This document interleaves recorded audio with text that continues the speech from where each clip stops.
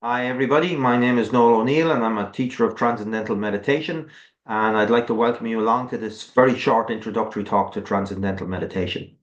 So, Transcendental Meditation, normally referred to as TM, was introduced to the West in around 1958 by a man called Maharishi Mahesh Yogi. Maharishi became quite famous around the world, but more importantly, the technique that he brought out of Transcendental Meditation has been taught to millions and millions of people around the world. Essentially, what it is it's a mental relaxation technique. You practice it for 20 minutes twice a day, sitting comfortably in a chair. It can be anywhere. It can be in your living room, your bedroom. You could be on a bus. You could be on a train, on a park bench, or a passenger in a car. Once you're able to sit down, close your eyes with nobody directly looking for your attention, you can meditate. And even though there may be a lot of distractions and chaos going on around you, you'll still find that you can have this inner experience of inner silence, even though all that's going on around you. So, as I say, it's a technique for relaxing the mind. It brings a lovely, deep level of settledness and relaxation into the mind. And of course, as we all know, the mind is connected to the body. So if your mind is rested, your body also becomes very rested. And that rest that the mind and the body get during transcendental meditation proves to be very, very beneficial in virtually every aspect of your life. And that's what I'm going to talk about in this short talk about the benefits associated with transcendental meditation, with the practice of it. Because after all, we all tend to lead very busy lives, and to take 20 minutes twice a day out of your day to sit in a chair and meditate might seem like quite a lot, but yet millions upon millions of people do this, and very, very busy people as well. So, what are they getting from it? Why are they doing it? And what are the benefits that they can associate with it? So, as I say, that's what we're going to discuss. So, the first benefit that we associate with transcendental meditation is in the area of mental potential or creativity. But if I'm going to talk to you about how TM might have an impact on your creativity, I suppose I'd have to explain, well, how do we as human beings display our creativity in the first place? Might sound difficult, but it's actually very simple. We display our creativity through our thought process. We think, and based on our thoughts, we act. So you go to bed at nighttime, and if you get a good night's sleep, you know you're away sleeping for 5 or 6 or 7 hours, and then you wake up the following morning. Absolutely everything you do after that is dictated by your thoughts. Will I stay in bed? Will I get out of bed? Will I go to work? Will I take the bus? Will I drive the car? We bring our thoughts to bear on absolutely everything that we do. We display our ambition, our drive, our motivation, all through our thought process. So we have these thoughts and they drive us forward in life. They display great energy and creativity, or they can display great energy and creativity. But where did it come from? What's the source of our thought? Well, the reality is that inside of every human being, at a very subtle, quiet level of their mind, is a reservoir of creativity and energy.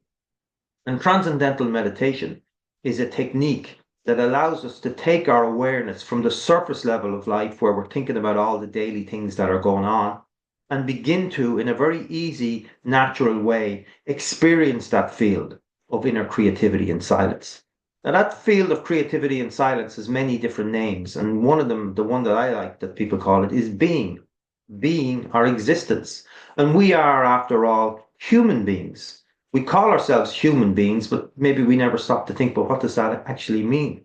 Well, what that means is that we reflect that field of being, that field of existence in our individual human nervous system.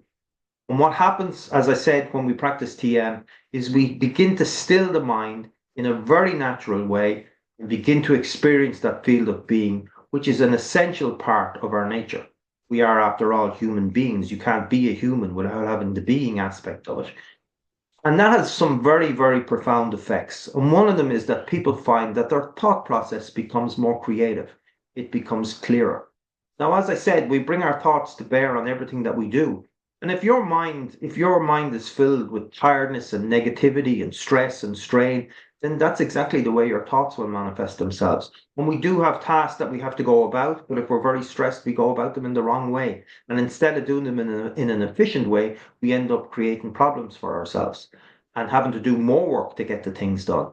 But if you give your mind this deep relaxation, this deep rest, if you infuse the thought process with this creativity that's already inside of you, then people find that their thinking becomes clearer. Now, even things like IQ tests. So you've all heard of IQ tests. It's a measure of intellect. Personally, I believe it's quite a flawed measure of intellect, but nonetheless, it's one that's used. The sad news about your intellect is that it's set to peak at the age of 21, and then it's all downhill from there on. So you're barely getting started in life and you've reached your intellectual capacity, and then it's downhill.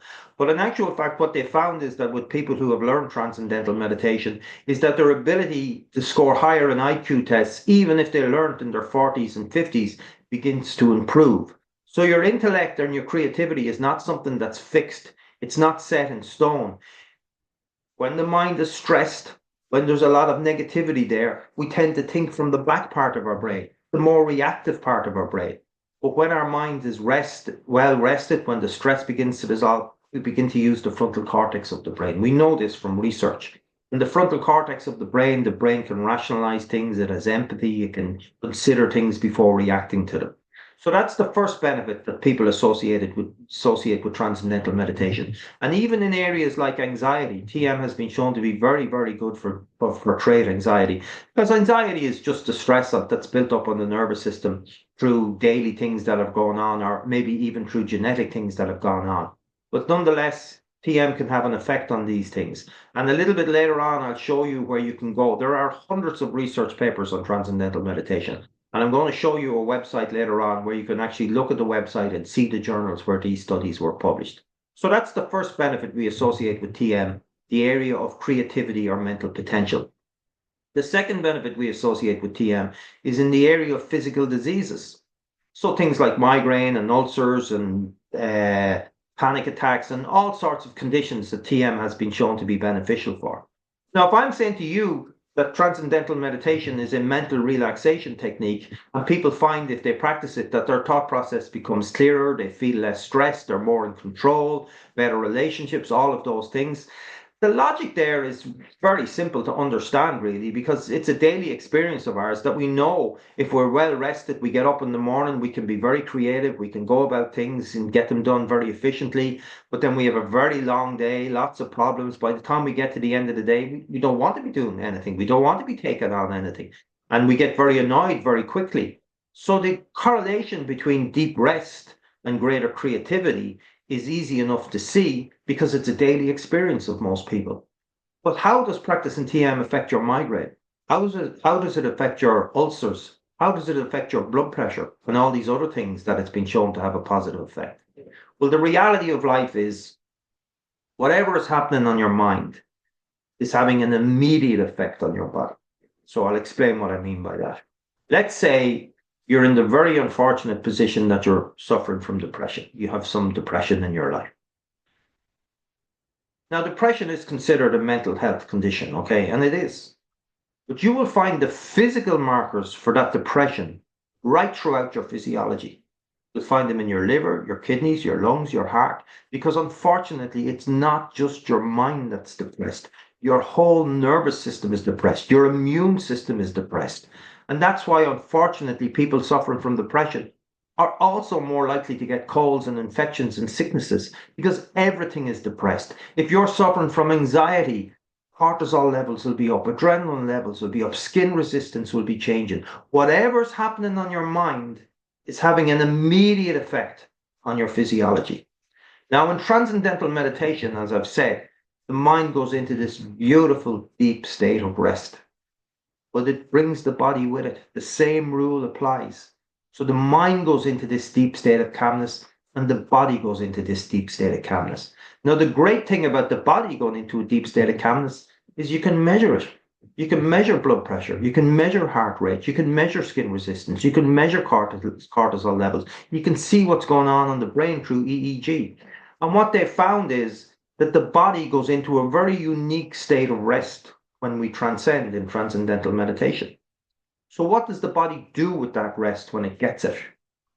Well, the body does with that rest what it always does with rest. It takes the opportunity to regenerate itself, to recreate itself. Rest equals recreation, where the word recreation comes from. So when we sleep at nighttime, very valuable, incredibly valuable.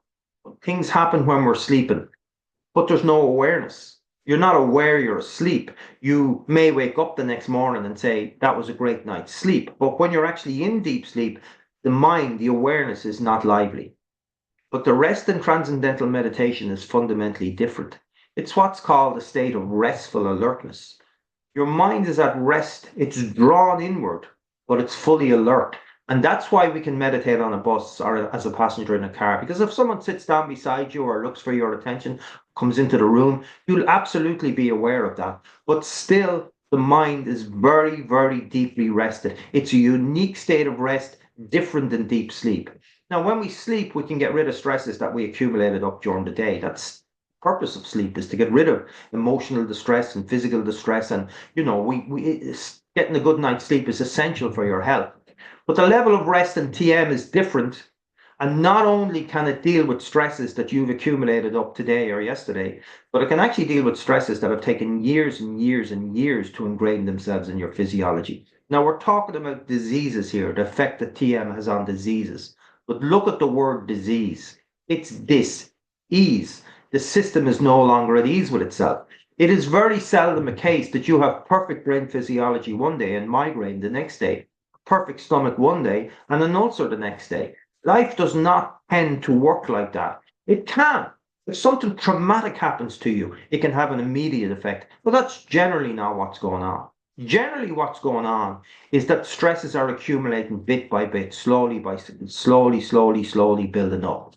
So you're doing the wrong thing. You're eating the wrong food. You're not getting enough rest. You're in a bad relationship. And all these stresses are beginning to accumulate. Now, the good news is actually that every time you do something that's not good for you, your body will let you know it. That's what a hangover is. It's your body saying that wasn't a great idea. That's what tiredness is. It's your system saying, listen, you didn't get enough rest, okay? But the bad news is that we tend to ignore those signals, or we're even educated to ignore those signals.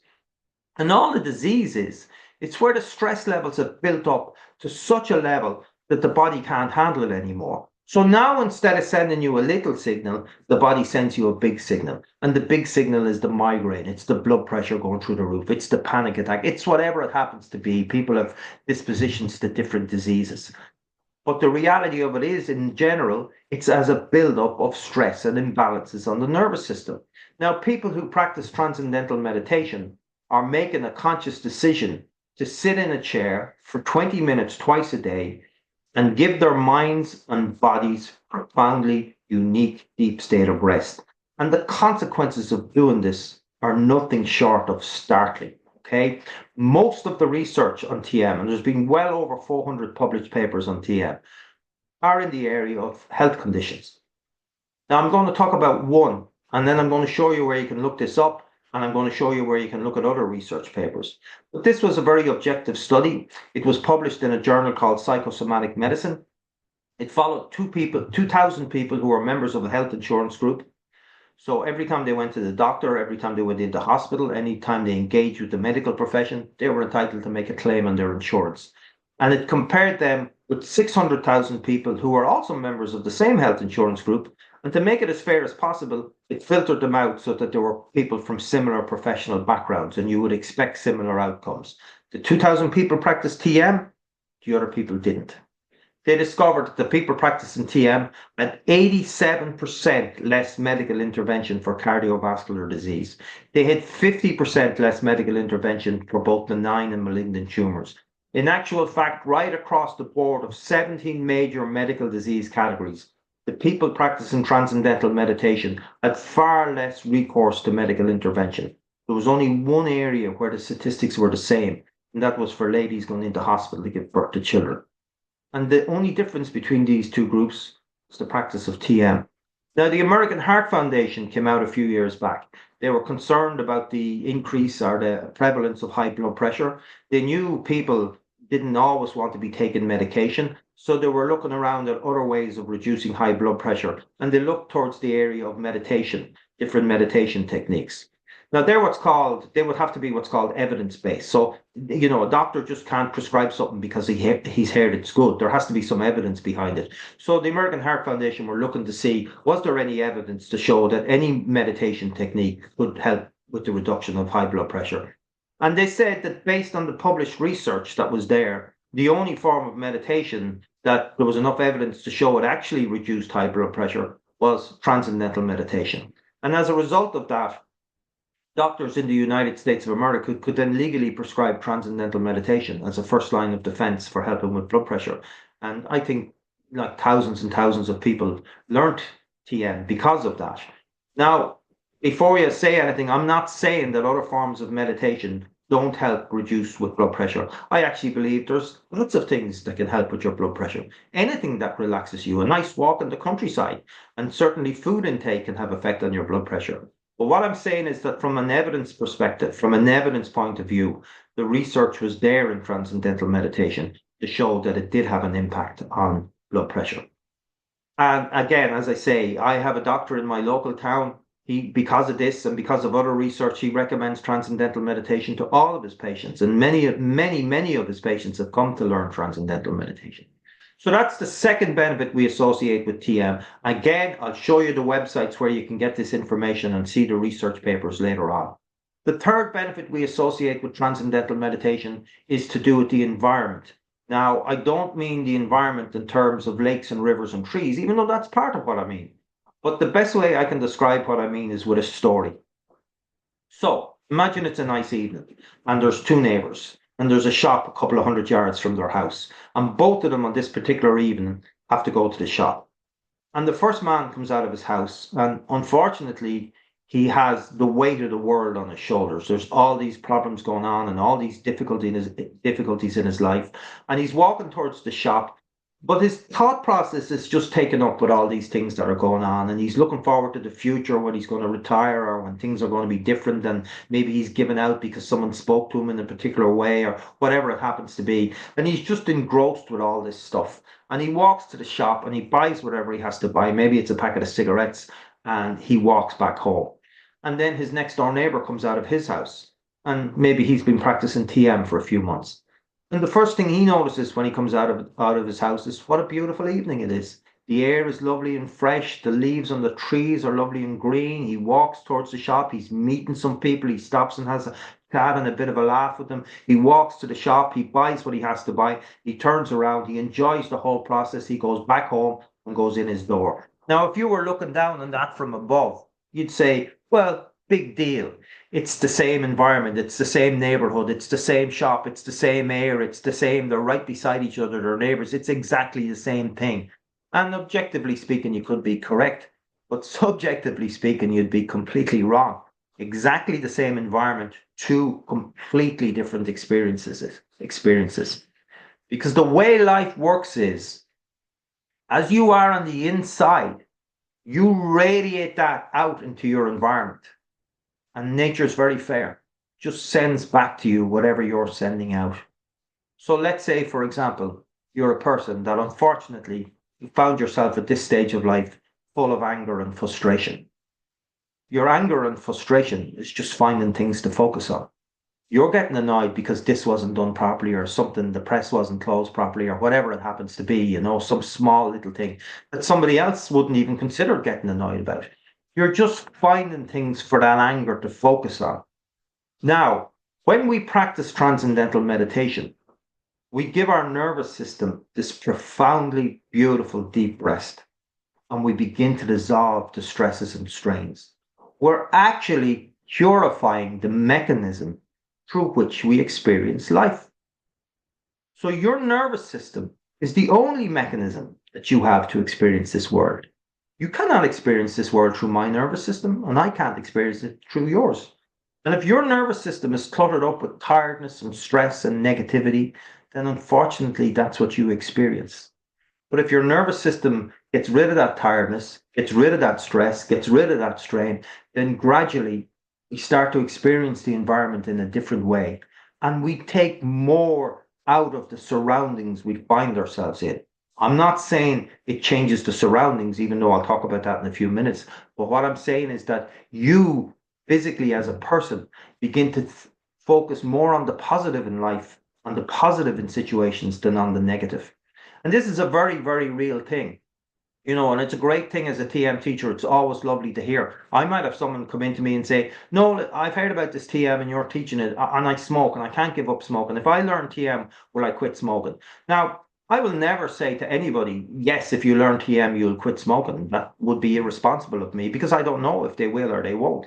I will say to them, yes, I would feel that it's probably a good chance that if you do it regularly, that you'll certainly reduce or quit smoking. I had lots of experience of teaching people who have quit smoking. I myself was a smoker before I learned TM, and within a year I had stopped. So I would say to them, yes, I would hope that it would have a positive effect on it.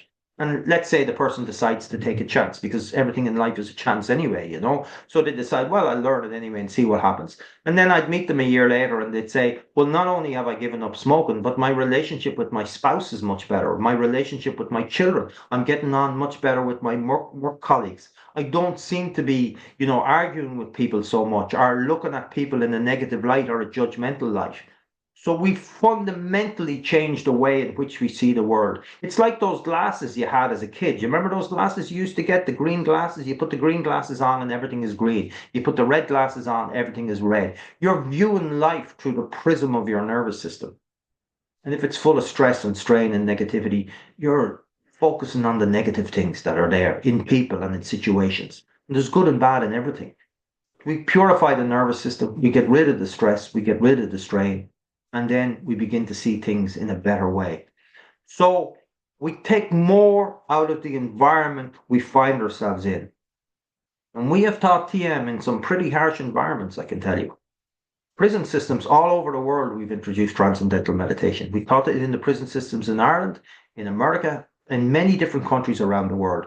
In actual fact, the David Lynch Foundation have a lovely website where you can go and you can look at testimonials from prisoners who learn TM and the positive effect it has had in their lives, even in that environment. It's not that they got out of prison, they learned it as part of a program within the prison. And yet, even in that harsh environment, it has had some great benefits for them. So that's the third benefit we associate with transcendental meditation.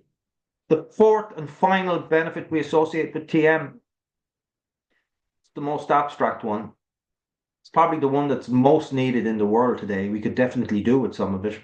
And I suppose I'll use what Maharishi said to describe this particular thing, okay? So Maharishi explained to us that every individual has a consciousness and awareness. And that if that consciousness is tired and stressed and strained and your inner creativity is blocked out, then that manifests itself in some problems in your life, okay? Either, some health issues or some mental issues or some just a basic lack of fulfillment in life. But Maharishi said that not only do individuals have consciousness, but groups of people have what's called a collective consciousness. So any group of people has a collective consciousness. So your family at home has a collective consciousness. Your neighborhood has a collective consciousness. Your town, your village, your city, wherever you happen to live has a collective consciousness. Your country has, your continent has, and the whole world has a collective consciousness.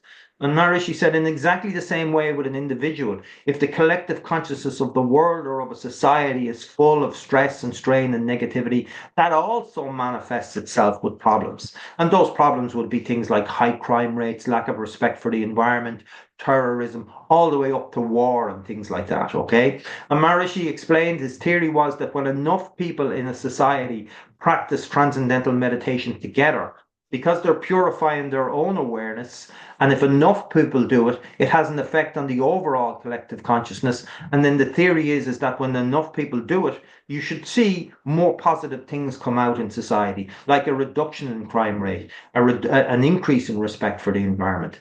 Now, there's been about 50 studies done on this particular effect, and I was on some of them. I mean, I was on a big project in Washington, D.C. in 1993, which had some very powerful effects on the crime rate in the city.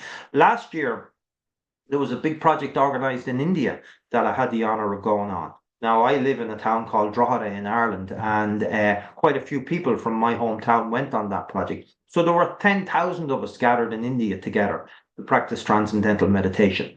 And one of the aims of the TM organization that's there. Now, Maharishi has passed away. Maharishi passed away a good few years back. But I mean, he knew he was going and he set up a very clear structure for the movement that he had. And we have a great leader of the movement now, a guy called Dr. Tony Nader, and he brings the movement forward. And one of his big desires is to have big groups of people practicing transcendental meditation around the world. And I think there are big things happening in that particular area. So that's the fourth benefit we associate with TM, that if we can get enough people meditating in a community, in a town, in a city, in a country, it can have a positive effect on the whole environment that's there, not just on yourself. Okay. So they are the four benefits we associate with TM: creativity, physical health conditions, the environment, the fact that you enjoy life more, you take more out of the surroundings that you find yourself in. And lastly, the fact that when enough people practice transcendental meditation, it can have a positive effect on overall society. Now, if you just bear with me for a second, I want to share my screen with you.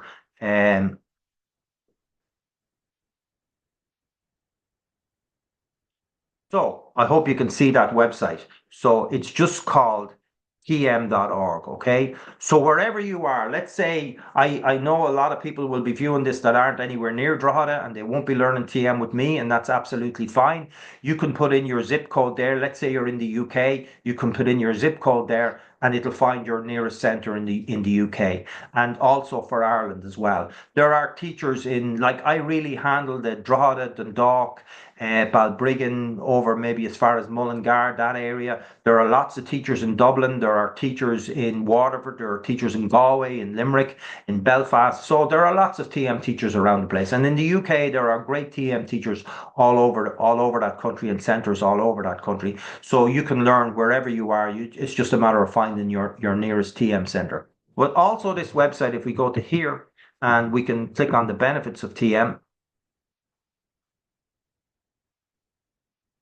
And I just want to take you down to this here, to the bottom here. So let's say you want to look at the mental health benefits, okay? So, and then we can scroll down, and then down here will be some of the research. So there's more effective than other meditation at reducing trait anxiety. So published in a journal of clinical psychology. And then 30% reduction in cortisol. So cortisol is a hormone that's associated with stress in the body. Reduction of PTSD symptoms, post-traumatic stress disorder.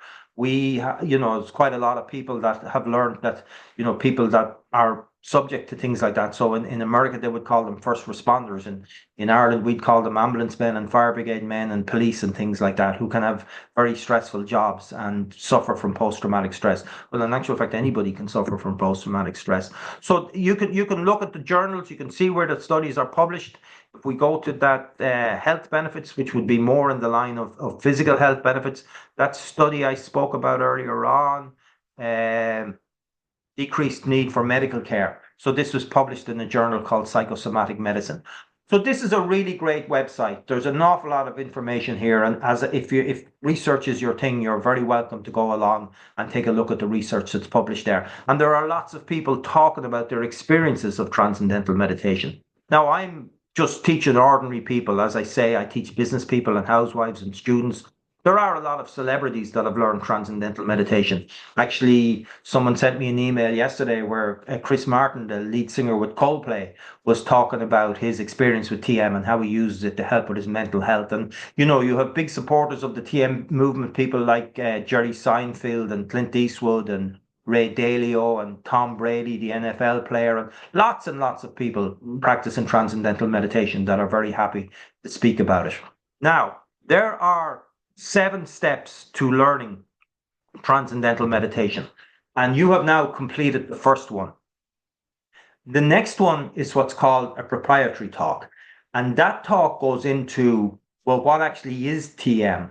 What are its origins? What's involved in learning it? What's involved from your side as the person learning? What does the teacher have to do? What's the structure of the course? And how much does the course cost? That's the next step. After that, you have all the information you need to decide if you want to go ahead and learn transcendental meditation. The third step is a personal interview with a teacher, which takes about 3 or 4 minutes. It's not a big thing.